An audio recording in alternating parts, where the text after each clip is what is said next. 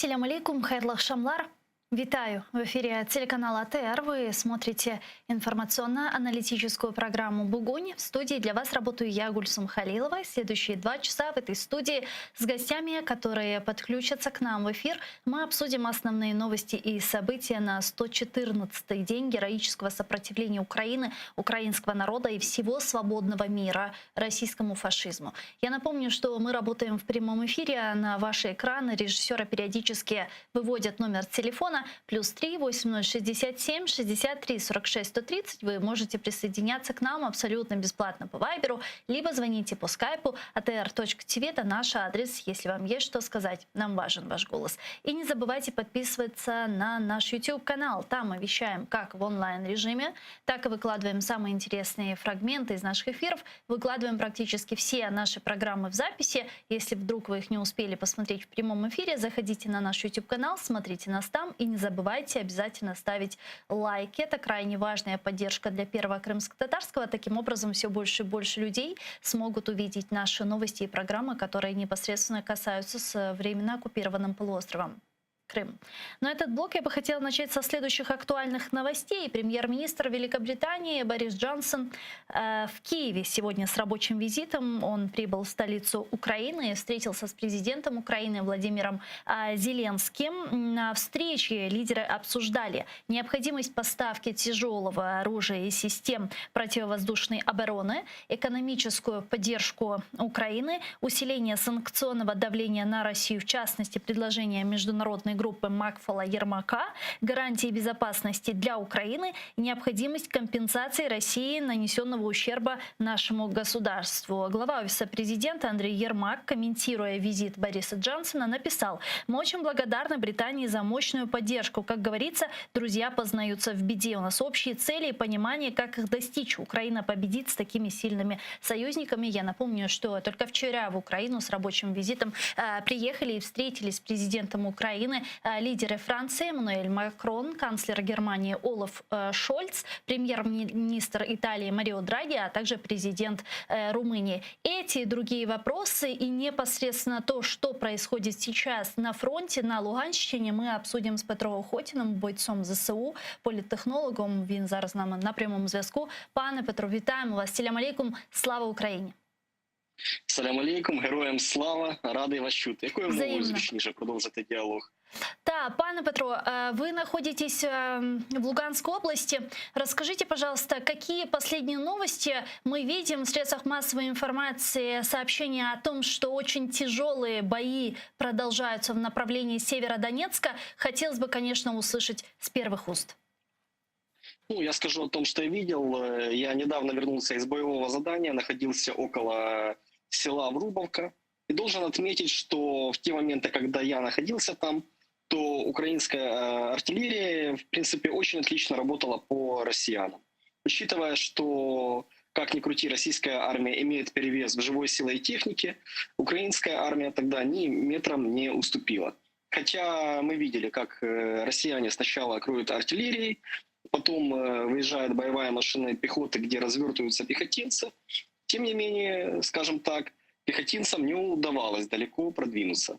И это плюс. Я понимаю, что сейчас много кто ждет негативных новостей, все накручены, но тем не менее нужно понимать, что Украина сейчас занимает стратегию маневренной войны. Так. Наша задача сейчас не просто любой ценой создать какой-то символ и держать его. Наша задача изматывать противника, у которого есть артиллерия, который не жалеет человеческих жизней, и украинской армии это удается.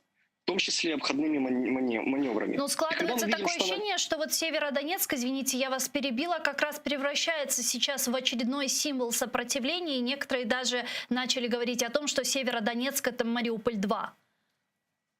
Ну, я думаю, что нам нужно в данном случае больше доверять все-таки стратегам из Генштаба и понимать, что речь идет не так о символе, как скорее о важном логистическом центре и о том, чтобы не допустить возможности россиянам укрепиться в этом районе. То есть я бы тут очень размежевал какой-то символизм, наверное, глупый, неоправданный, и нужные для Украины стратегические решения. Поэтому я не считаю, что здесь вопрос только в символе. Я считаю, что то, что сейчас делается в Северодонецком направлении, есть оправданным и, в принципе, логически объясняется. А вот объясните стратегическую важность защиты Северодонецка. Что означает для нас в стратегическом военном плане удержание Северодонецка?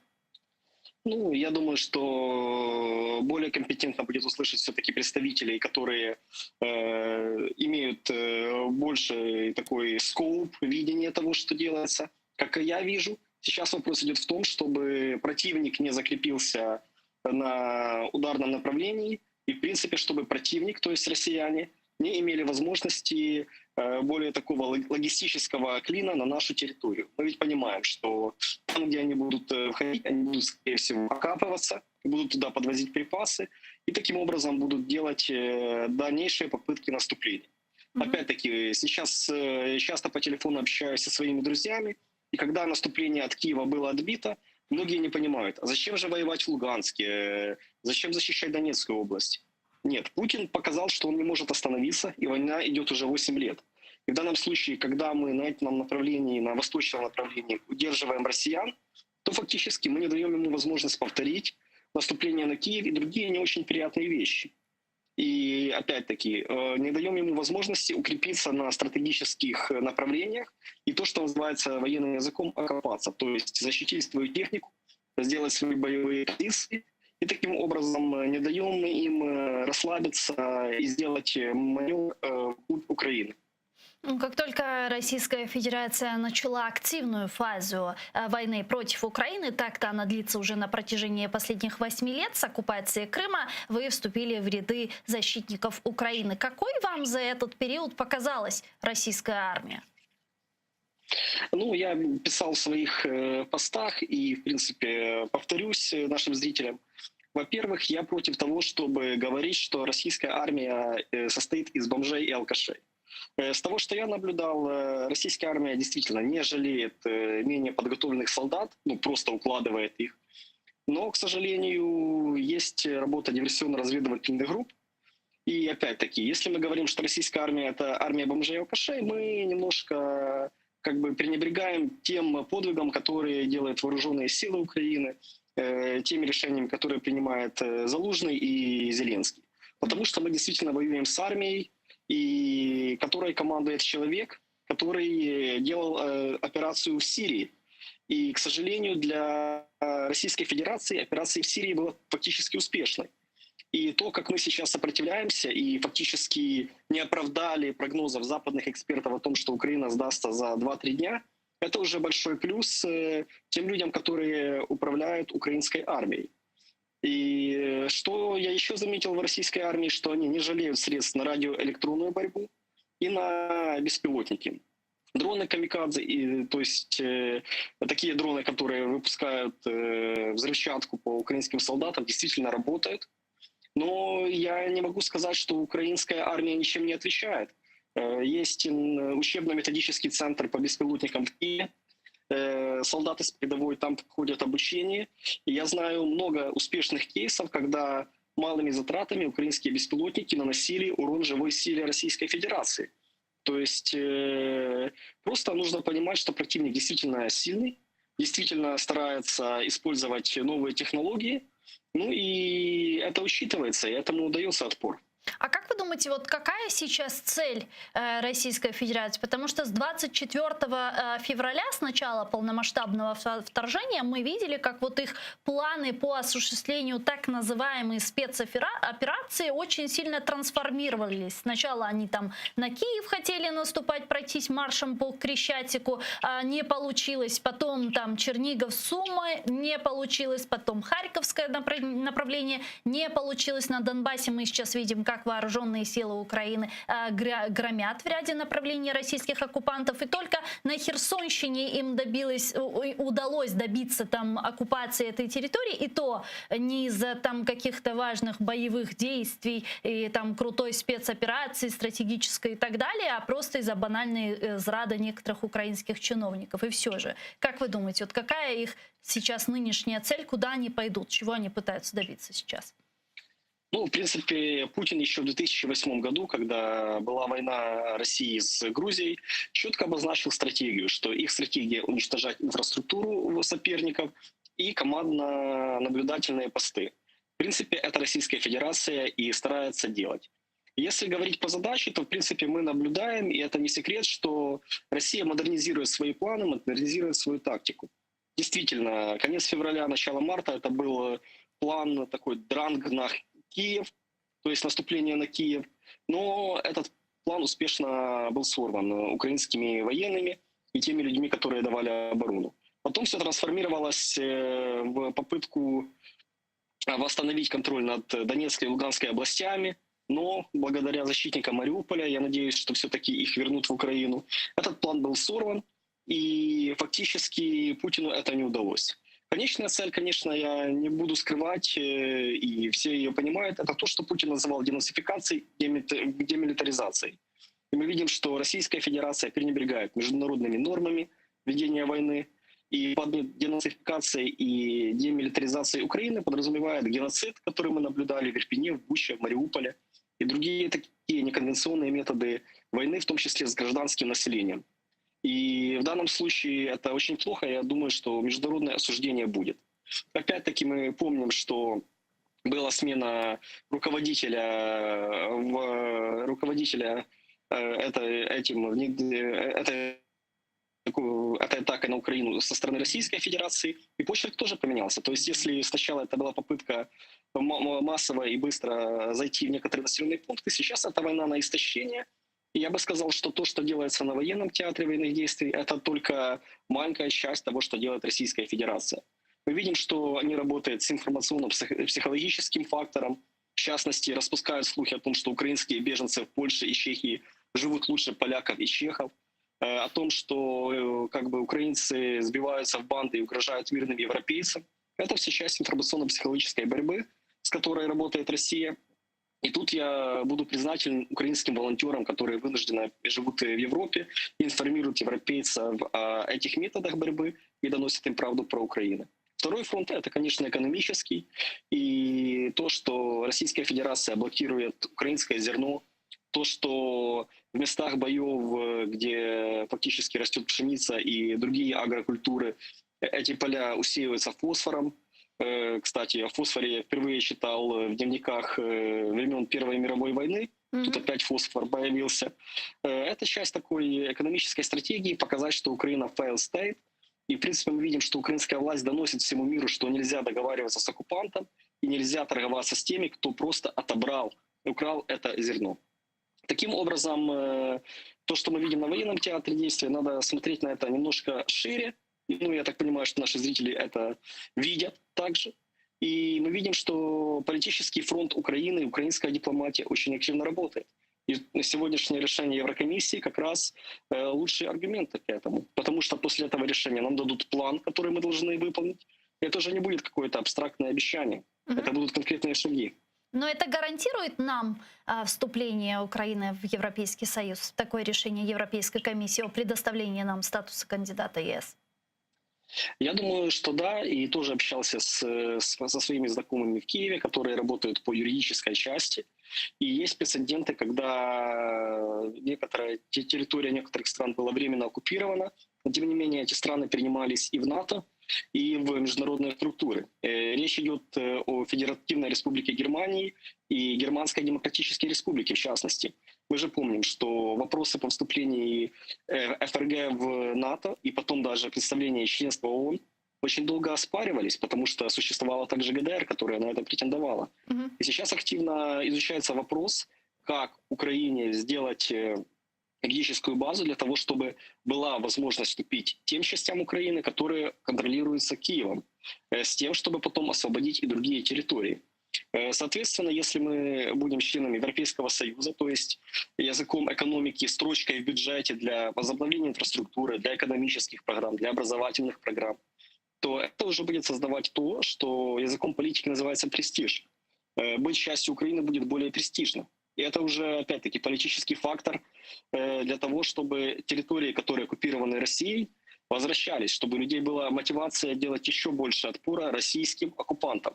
Мы же видим, что в Херсоне действуют партизаны, по другим направлениям действуют группы, которые противостоят, невзирая на большое давление российской администрации, режиму Путина.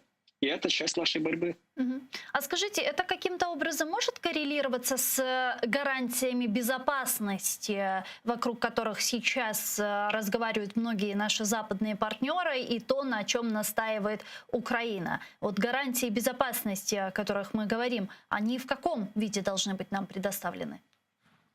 Гарантии безопасности — это прежде всего боевое злагодження украинских солдат, украинских офицеров с частями НАТО. Это переход на терминологию НАТО. И это возможность использовать западное вооружение. И тут также много сейчас вокруг этого делается зрады, очень неоправданной. Потому что мы видим, что приходят образцы западной техники, и наши люди обучаются ею пользоваться. И когда говорят скептически, что где это вооружение, ну, во-первых, нельзя говорить, что оно перемещается, но оно действительно есть. И наши ребята учатся, очень хорошо учатся пользоваться им. Ну, а в данном случае понимаем, что самая лучшая гарантия безопасности — это конкретика. И перед встречей в Рамштайне мы видели, что офис президента, в частности, опубликовал то, какое количество и чего нам надо. И сейчас идет уже внедрение этих договоренностей. Так что я не вижу поводов для большой зрады. Конечно, мы хотим, чтобы было все быстрее. Нужно понимать, что и Германия, и Франция, кстати, Франция поставляет «Цезарь», артиллерийские установки. И Германия и Франция — это не диктаторские страны. Это диктаторские страны могут быстро мобилизировать решения. По звонку все выдвигается. Им нужно пройти тендерные, юридические процедуры. Поэтому мы благодарны западным партнерам. И вот эти гаубицы, снаряды, которые к нам приходят, по-моему, это самое лучшее и самое веское доказательство намерений западных партнеров. Ну вот по поводу международной поддержки, этот эфир начинала с информационного сообщения о том, что в Украину прибыл премьер-министр Великобритании Борис Джонсон. Вчера здесь были Макрон, Олаф Шольц, Марио Драги и президент Румынии. Как вы оцениваете все эти визиты лидеров западного мира и непосредственно сегодняшний визит Бориса Джонсона? Ну, во-первых, мы видим, что присутствие западных лидеров в Киеве — это гарантия того, что Путин не будет уничтожать именно центры административной власти. Потому что это был бы уже перебор, и этого бы точно не оправдали. Ну, когда, помните, Гутерриш сюда приезжал, Киев бомбили. Ну и мне кажется, что это сыграло как раз против Путина и ускорило принятие некоторых санкционных решений. И мы видели, что на Петербургском экономическом форуме Путин уже не говорил о том, что Российская Федерация будет сотрудничать с Западом, как было во времена перезагрузки, а больше ориентируется на Китай, Индию и другие страны, скажем так, с особенным вектором. Но нужно понимать, что эти страны тоже зависимы от контактов с Западом. И если закрыть для Китая рынок США, европейские рынки, то, в принципе, в России будут проблемы. Поэтому я не думаю, что та бравада, которую устраивает Путин своими речами, она оправдана. То есть, опять-таки, возвращаясь к визитам лидеров, мы видим, что пока они приезжают, то Украина не будет сходить с передовиц газет. Значит, избиратели этих стран будут понимать, что во многом престиж западной демократии будет зависеть от того, как их лидеры помогут Украине. И я это тоже оцениваю достаточно... Ну, я признателен западным лидерам, что они не боятся приехать к нам в страну. Опять-таки, сравнивая с 2008 годом с Грузией, помним, что тогда мало кто из мировых лидеров приезжал к Саакашвили. Тут мы видим поддержку значительно большую. Но помните, во время Грузии в 2008 президент Французской республики того времени Николя Саркози заключил такой с Россией, можно сказать, выступал в роли посредника. И вот план Саркози, о котором все говорили, мирный план урегулирования войны в Грузии, а по факту это была капитуляция Грузии и легализация оккупированных территорий со стороны Франции и Европы, от имени которой он он туда приезжал. И вот сейчас Макрона тоже по поводу Макрона было очень много сомнений, что вот, дескать, приедет Макрон и будет пытаться заставить Украину или переубедить Зеленского пойти на какие-то территориальные уступки, пойти на компромисс, пойти на переговоры с Путиным. Нельзя же унижать Путина, нужно же сохранять его лицо. Вот как вы думаете, такое вот что-то вы проследили вчера или всего этого не было? Ну, я бы не использовал очень громкое и затертое слово «капитуляция» для той ситуации, которая есть в Украине. У нас нет маршала Петена, который готов подписать и сделать мир. Если даже будет какое-то перемирие, но тем не менее вопросы Крыма, вопросы Донецкой и Луганской областей будут открытыми, то это никакая не капитуляция. Это фактически просто будет какая-то передышка. Ну и сейчас я не вижу того, чтобы были какие-то решения для того, чтобы говорить о том, что даже это перемирие на слуху. Наоборот, мы видим, что идет разговор о том, сколько оружия нам надо, и это оружие идет. То есть, другими словами, никакой капитуляции сейчас не наблюдается. Поэтому предлагаю исключить этот вопрос, это слово вообще, потому что оно очень такое щекотливое для манипуляций. Нет такого вагончика в Кампинском лесу, где кто-то из Украины собирается что-то подписывать. Мало того, и Зеленский, и, в принципе, все украинские политики, проукраинские политики говорят о том, что об этом не может быть и речи. И от европейских политиков я этого тоже не слышал. Дякую вам дуже, пане Петро. Чохсаголно, что нашли время и подключились к нам в ефір. Слава Україні! Героям слава! Петро Охотін був з нами на прямому зв'язку, боєць ЗСУ, політтехнолог. А зараз до нашого ефіру доєднується співзасновник Агенції моделювання ситуації Олексій Голобуцький. Пане Олексію, вітаємо вас. Салям алейкум.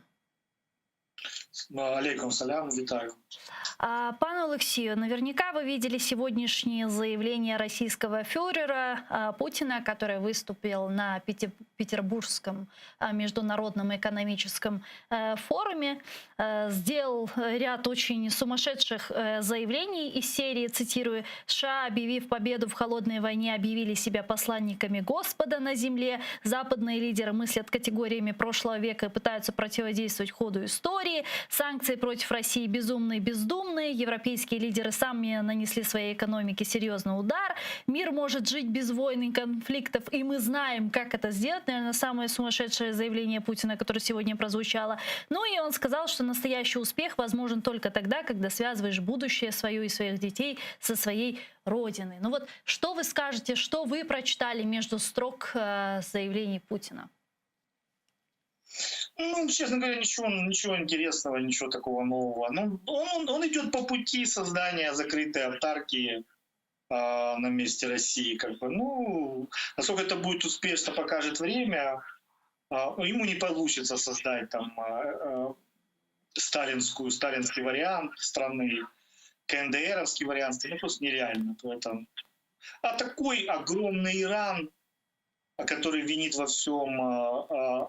Раньше винил, да, двух маленьких сатана — это СССР, а большой сатана — это Соединенные Штаты Америки. Ну вот где-то такая же риторика, как в Иране 30 лет назад, 30-40 лет назад. Ну вот он идет, направляется к этому. Ну, у него другого выбора нет. Просто не он. Да. Да. То есть вот какая его сейчас, на ваш взгляд, цель номер один? Мы видим, как за последние 3 месяца у них несколько раз изменились планы. Киев, Черниговщина, Сумщина не получилось, Харьковщина не получилось, Донбасс не получается. Что дальше?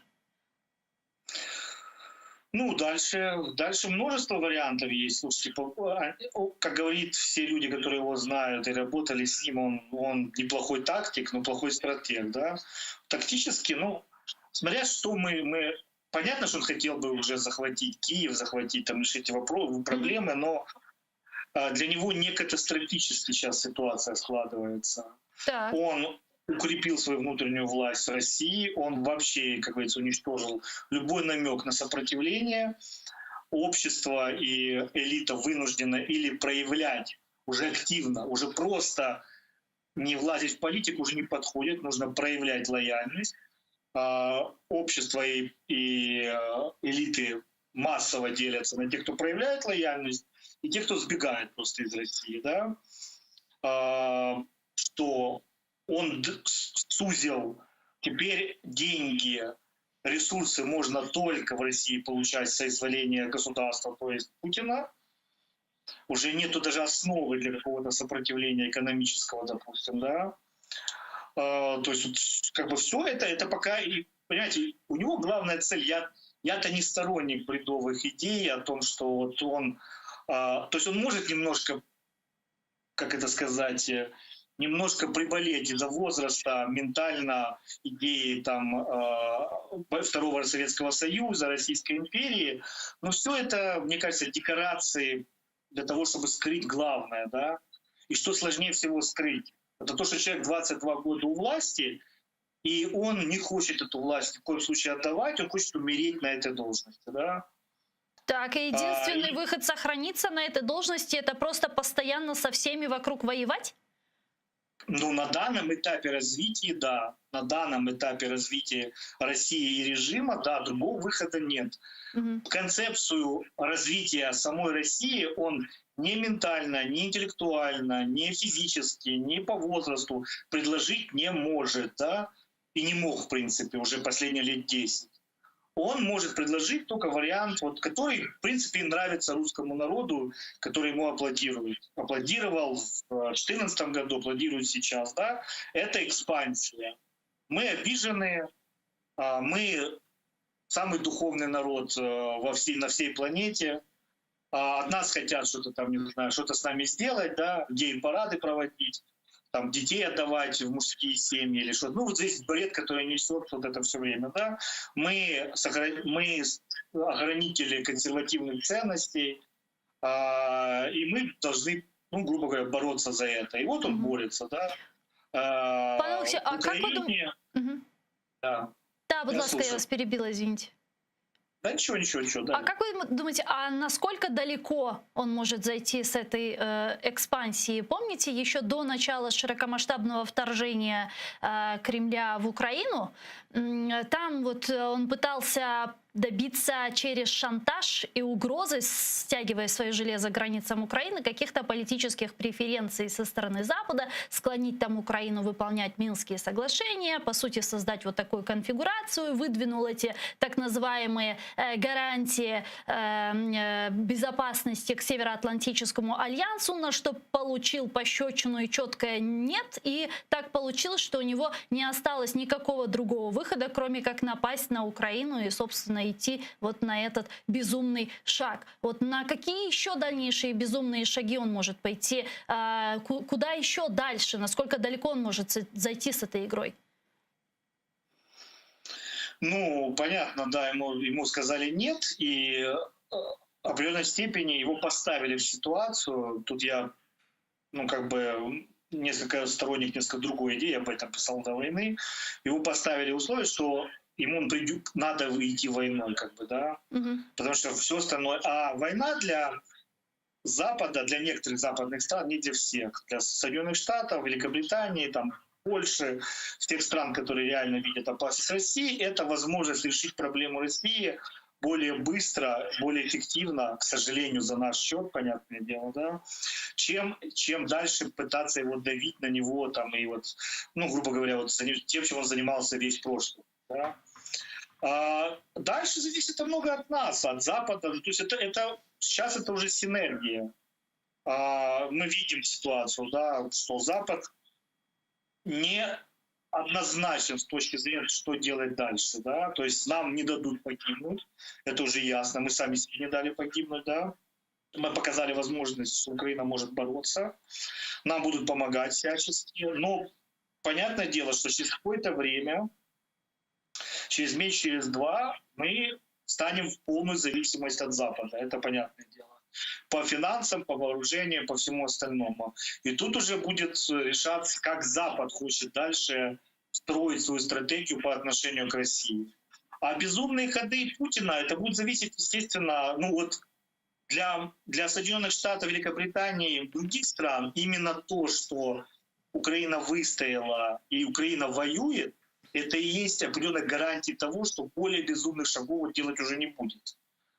Просто не будет, потому что, ну, как бы у него и то, что он хотел сделать, не получилось, да. не берем во внимание там тактическое ядерное или вообще апокалипсис, это вообще как бы непрочитываемое, и там совершенно другая логика будет действовать. А вот таким способом, да, если ему удастся проломить Украину, допустим, оккупировать ее большую часть или всю, я в это не верю абсолютно, но допустим, да, умозрительно, то у него возникнут, естественно, желание продолжать, скажем так, да, уже на страны там Балтии или там даже Польша. Потому что мы можем проиграть только в случае предательства нас со стороны Запада, а потом тотального. Да, а пан Олексій, а когда мы говорим... Да, когда вот мы говорим про Запад, кого и что мы имеем в виду? Потому что мы понимаем, что Запад уже неоднородный, то есть он не един, он очень сильно поляризован.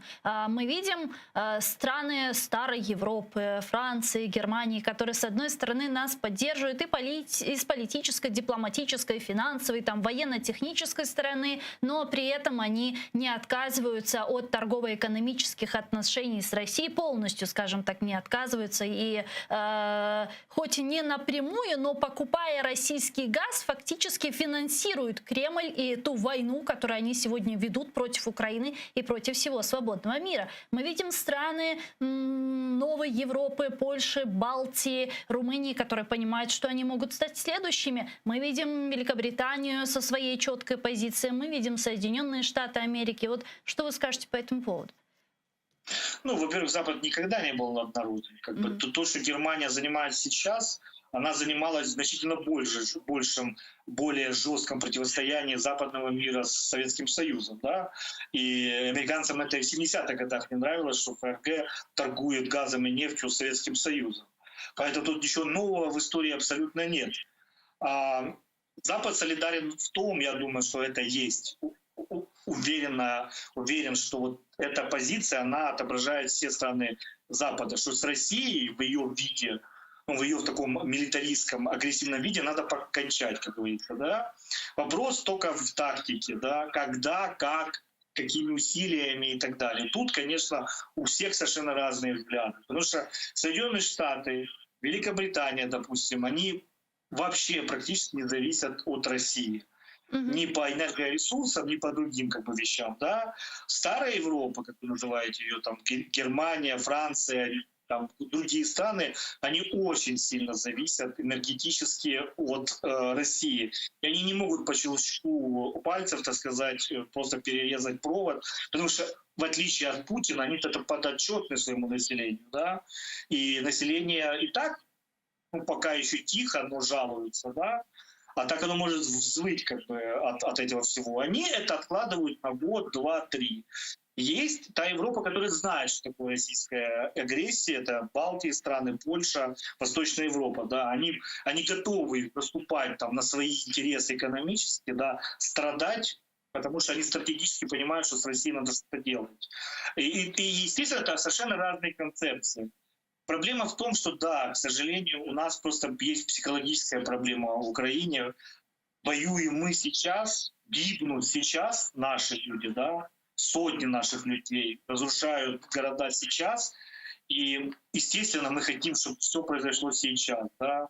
Но это, к сожалению, этого не могло быть в принципе и не может быть как бы и в ближайшей перспективе. К сожалению,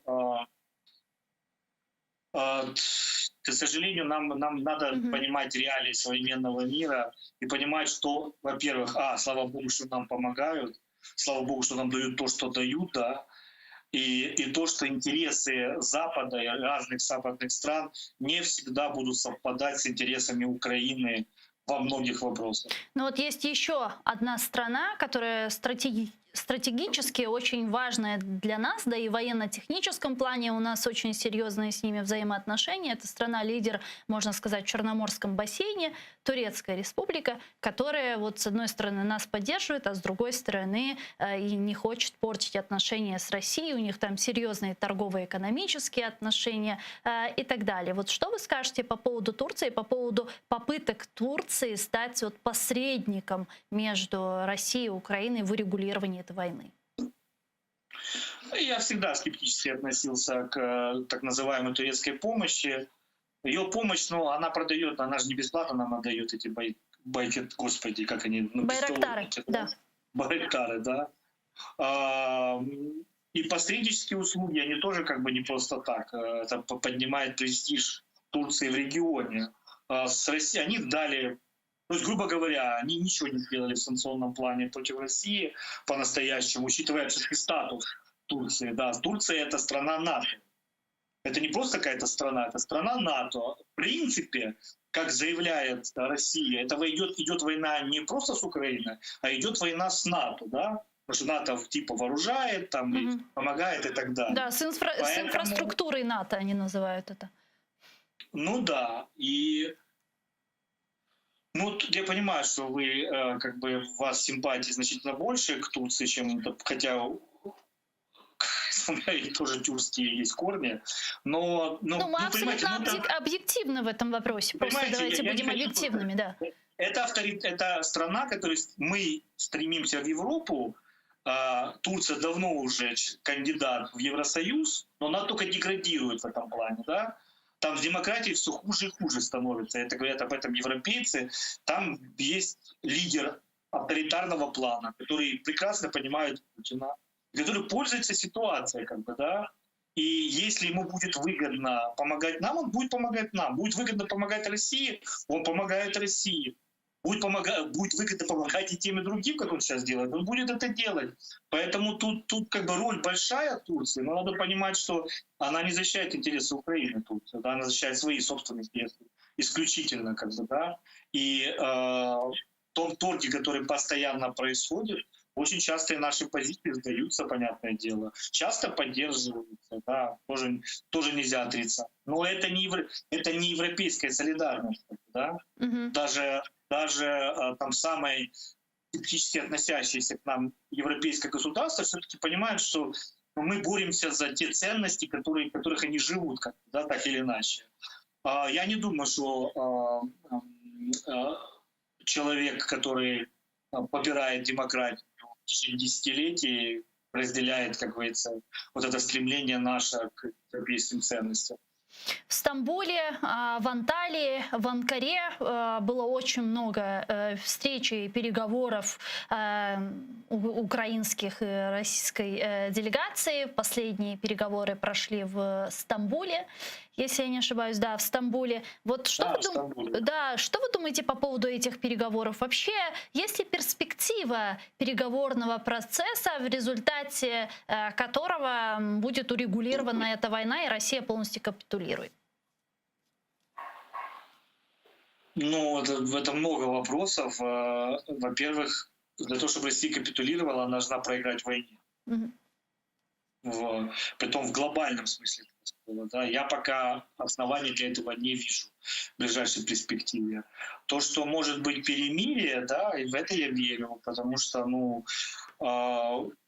и западные страны намекают, и мы через какое-то время будем полностью уже от них зависеть в плане помощи. И, в принципе, если там будет преобладать точка зрения о том, что надо хотя бы передышку сделать, да, нам придется с этим согласиться. Да. Согласится ли общество, все ли согласится, это уже другой вопрос. Да, это, не буду даже трогать его. Поэтому такое перемирие возможно. То, что вечного мира априори не может существовать между Украиной и Россией, до тех пор, пока территория наша находится под контролем России. Это абсолютный факт. Да? То, что мы сможем, наша война, наше сопротивление, наша национально-освободительная война может стать причиной коллапса Российской Федерации с дальнейшим распадом ее, абсолютно верю, как говорится. Но то, что Россия даст хоть метр земли в виде переговоров, в это я не верю абсолютно. В принципе, это противоречит всей истории, которую я как историк по образованию знаю российской России. Надо побеждать. Я не говорю, что это Украина должна сделать только. Да? Вполне возможно, что будет более серьезная война, имеется в виду с большим количеством участников через год-два. Вполне возможно. А вполне возможно, что завтра Путина хватит удар, начнется внутривидовая борьба, и на некоторое время будет нет у нас, и вопрос решится каким-то другим способом. Все возможно. Будем следить за событиями. Дякую вам дуже, пане Олексію. Чохсагловна, что нашли время и подключились к нам в эфир, ответили на наши вопросы. Слава Украине! Героям слава, до побачення. Олексій Голобуцький, співзасновник агенції моделювання ситуації, був з нами на прямом зв'язку. А пока мы ждем соединения следующего гостя, напомню, что мы работаем в прямом эфире. На экраны ваших телевизоров режиссеры периодически выводят номера телефонов. И можете звонить к нам абсолютно бесплатно по Вайберу. +3 8067 63 46 130. Также можете присоединяться по скайпу atr.tv, это наш адрес. Если вам есть что сказать, звоните, задавайте ваши вопросы, нам важен ваш голос. Тем временем, как мы и сообщали выше, Европейская комиссия официально рекомендовала предоставить Украине статус кандидата на вступление в Европейский Союз. Об этом заявила президент Европейской комиссии Урсула фон дер Ляйен на брифинге в Брюсселе. Цитирую.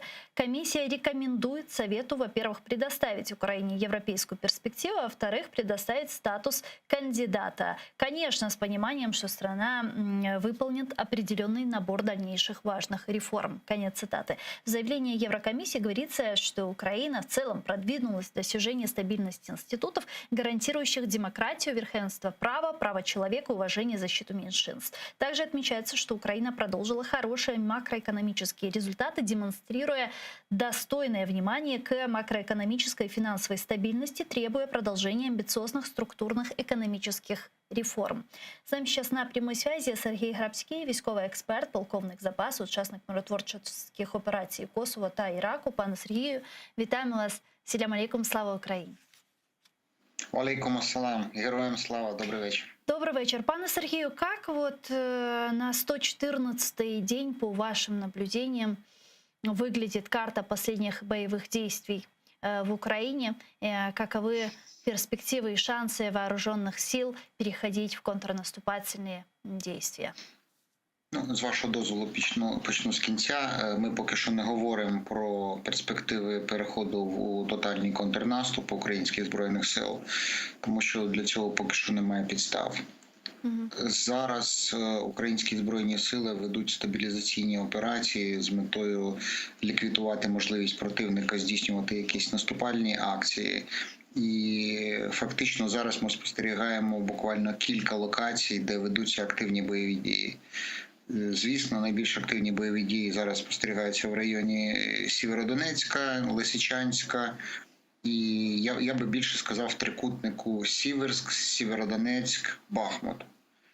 Там, де противник сконцентрував найбільш потужне своє угрупування і намагається захопити Сєвєродонецьк остаточно, розгромити наші війська і завдати нам максимальне ураження. На інших напрямках ми спостерігаємо більш такі, знаєте, тактичні дії. Це, власне, йдеться про Харків, це, власне, йдеться про Херсонський напрямок. І практично на решті ділянок фронту ситуація стабілізована. Я говорю про північно-таврійський напрямок від Василівки до Великої Новосілки і, власне, Донецький напрямок від Авдіївки до Мар'їнки і до Волновахи. Там практично немає жодного руху, там тільки противник здійснює обстріли і все. Загрозливою залишається обстановка в районі Слов'янська, де противник концентрує війська і хоче продовжувати наступ по напрямку Ізюм-Слов'янськ. Але там бої тривають і поки що такої критичної ситуації не спостерігається. Отже, загалом, якщо підсумувати, то можна сказати, що лінія фронту більш-менш стабілізується, що дає нам можливість говорити про те, що з повним забезпеченням озброєнням бойовою технікою ми можемо розраховувати на проведення контрнаступальних дій у майбутньому. Ну, правильно ли понимаешь, что это напрямую зависит от западного вооружения, которое будет нам предоставлено? Должно быть Так, абсолютно. Адже треба розуміти, що на сьогоднішній день в нас практично вичерпалися запаси так званого пострадянського озброєння і бойової техніки, і фактично зараз всі ці дії, я маю на увазі наступальні дії, можна розглядати виключно в контексті забезпечення нас західними зразками озброєння.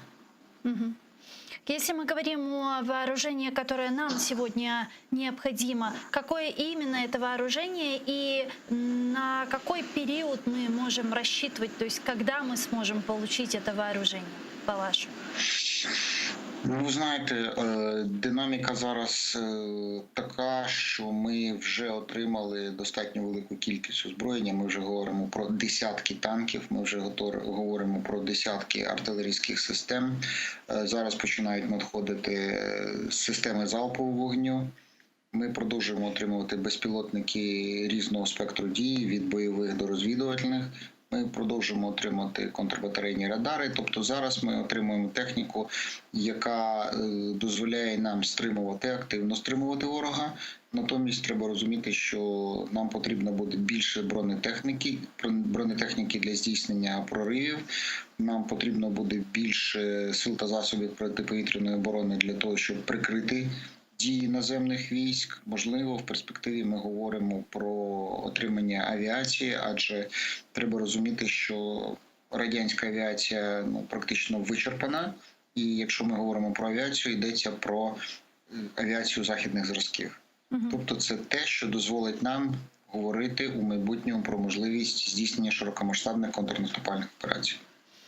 Многие военные эксперты говорят о том, что ключ к деоккупации полуострова Крым лежит в деоккупации Херсонской области. Для этого, очевидно, нужно проводить контрнаступательную операцию на южную часть материковой Украины, освобождать Херсон. И дальше, вот когда украинские вооруженные силы уже выходят на админ-границу с временно оккупированным полуостровом, очень много возникает вопросов. И сейчас Министерство обороны Украины, непосредственно сегодня представитель президента в автономной республике Крым Тамила Ташева сказала, что Украина рассматривает все варианты деоккупации Крыма, включая военный. Как вы видите деоккупацию полуострова и военный путь возвращения Крыма? Насколько реален? Хватит ли у нас сил? Ви знаєте, так. Я так само розглядаю різні варіанти проведення деокупації Криму і повністю погоджуюся із своїми колегами, які говорять, що ключом, тобто початковою фазою звільнення нашого рідного Криму, це буде звільнення Херсонської області і визволення міста Херсон. Чому? Тому що з визволенням міста Херсон і закріпленням вже на лівому березі Дніпра ми маємо можливість поставити під контроль, під вогневий контроль всі виходи з Криму, таким чином заблокувавши любе переміщення противника через два перешийки, які з'єднують Крим з материком. А вже пізніше, тобто маючи можливість просуватися вздовж Азовського моря, тобто ставлячи під вогневий контроль Кримський міст, ми у великому ступені забезпечимо обмеження надходження ресурсів для Криму. Це дасть можливість нам вже розглядати серйозно наступальні операції проти кримського групування противника. Але тут, знаєте, на відміну від деяких своїх колег, я не розглядаю питання знищення Кримського моста як необхідну умову звільнення. Чому? А поясніть, чому? Знаєте, справа в тім, що Кримський міст – це є надзвичайно потужна і масивна інженерна споруда, знищення якої виключно ракетними ударами неможливо. Так. А як можливо? Чи зовсім неможливо? Ні, можливо, але треба розуміти складність і комплексність цієї задачі, адже, я дозволю собі такий трошки ліричний відступ в теорію, адже міст як споруда, він має таке поняття, як сили та засоби технічного прикриття, це по-перше. І без знищення сил та засобів технічного прикриття знищення такого об'єкта неможливо. А знищити їх виключно ракетними ударами, знов-таки виходячи із специфіки і масивності споруди, це буде надзвичайно складно, і нам, я боюся, прийдеться використати практично всі ресурси, які нам будуть передавати, тільки для того, щоб наносити удар по мосту. Знищити його можна комплексним ударом ракет, авіації, можливо, дією диверсійних груп, і з обов'язковою умовою знищення сил та засобів, як я казав, технічного прикриття, а це елементи конструкції, запасні частини, які зберігаються на обох берегах Керченської протоки, і в тому числі підрозділи, які забезпечують швидке відновлення. Тобто без знищення тих підрозділів так само неможливо розглядати це питання в комплексі. Отже, можете собі уявити, яка кількість сил та засобів має бути залучена для здійснення цієї операції. Це просто колосальні сили, і концентруватися тільки на цьому на сьогоднішній день є недоцільно. Плюс, знаєте, є такий елемент ще з військової історії, коли противнику надається можливість відступити з об'єкту нападу, з об'єкту атаки, не наражаючи свої сили на непотрібний ризик. Тобто, залишаючи цей міст, ми дамо противнику змогу відійти, зберігши наші сили. Нам чужого не потрібно, нам потрібно повернути своє і класти там сотні і сотні наших бійців абсолютно недоцільно. А и вот наражать как вы на видите, небезпеку. в каких условиях можно заставить российских оккупантов покинуть Крым? То есть какие условия должны сложиться? Я власне вже назвав ті умови, тобто ми говоримо про контроль перешийків кримських і вогневий контроль над Керченською протокою і Кримським мостом. Тобто не обов'язково знищувати сам міст, але достатньо ставити під серйозний сумнів можливість забезпечення діючого групування противника на тих територіях. І ми знаємо, що без Дніпровської води окупанти просто не зможуть довго існувати, тому що вода є таким же самим видом бойового забезпечення, як і озброєння, як боєприпаси, як пальне, наприклад. Тобто, не маючи змоги утримувати і підтримувати свої сили та засоби, противник змушений буде зменшувати їх кількість. І, ви знаєте, щодо проведення звичайної наступальної операції з материка на Крим, ми мали вже кілька прикладів у минулому столітті. Це було і в 20-му році, це було і в 41-му році, і в 44-му році. Тобто така операція є абсолютно доцільна і можлива. В сукупності з цим ми можемо забезпечити звільнення Крима з мінімальними втратами і мінімальним руйнуванням інфраструктури і не наражанням на небезпеку наших громадян, які поки що залишаються в окупованому. И, пану Сергею, последний вопрос по северной части нашей страны. Сейчас очень активизировалась теза относительно возможного вступления Беларуси уже официально в войну на стороне России. И многие говорят о том, что снова может возобновиться наступление на Киевскую область с Беларуси. Что вы думаете по этому поводу, есть ли такие угрозы? Знаєте, так, така загроза є, і я вже неоднократно говорив у своїх виступах, що якщо відкрити підручник з основ національної безпеки, ми побачимо, що фактично всі, або більшість факторів, які свідчать про підвищення загроз національної безпеки у воєнній сфері, ми бачимо на прикладі Білорусі. Це і створення відповідного органу управління, тобто оперативного командування, яке буде відповідати за бойові дії. Це і інтенсивна бойова підготовка сил та засобів білоруської армії, це і перекидання сил та засобів сил спеціальних операцій Білорусі, це і розгортання позиційних районів оперативно-тактичних ракет як «У» білоруських, так і «Іскандер» російських. Це створення так званої протиповітряної парасольки на східних кордонах Білорусі з сил та засобів російських, комплексів С-300, С-400, це мінування ділянок кордону. Як я вже казав, перекидання сил спеціальних операцій, це означає інтенсифікацію дій диверсійно-розвідувальних груп на нашій території.